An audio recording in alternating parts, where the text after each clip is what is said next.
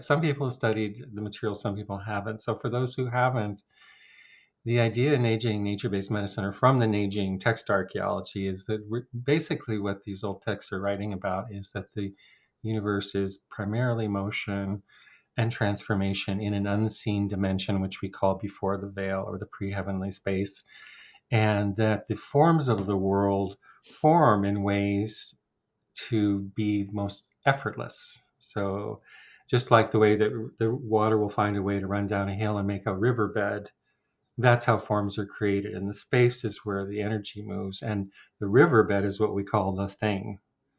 So that's the basic principle of thing. And so when we look at forms in nature, we can reverse engineer their before the veil patterns if we know that principle. Because if you look at a tree where it's rising and falling and its pathways, you can say, well, there was an energy in there that made that. So you can reverse engineer that. So the brain is an expression of this too. So, and there's several basic patterns we see. And then one is that every breath motion arises out of a root. So there's an origin of breath. And so that's a pattern of motion before the veil in an unseen space. But in a tree, it's the actual root. It becomes a structure. Or in our body, it's like the pelvis, which then grows the spine. And then the brain, it sits on top of that.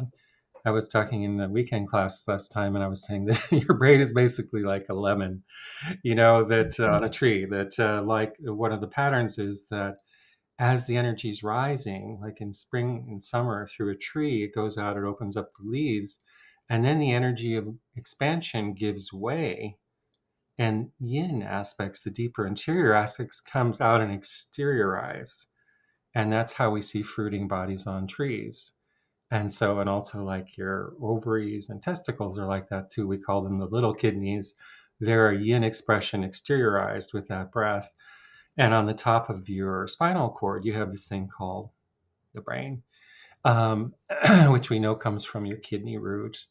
And we've also talked on this show that the idea of root in structure is a fractal principle. It means it's in every breath. It's in breaths that you see and breaths that you don't. It's in form. So at the brain level, also, it has a root, and that's the brainstem.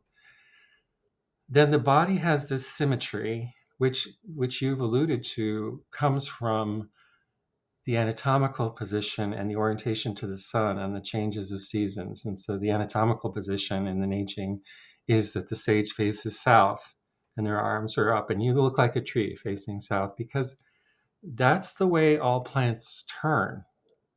So humans would not be different that they would turn to the north. They do everything the same.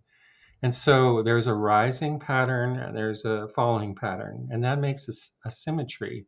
There's also a symmetry above the earth and below the earth. So in Australia, it's nighttime now, and then it'll reverse. There's also a symmetry front and back. So you have all these symmetries and patterns, and that's going to express in the brain.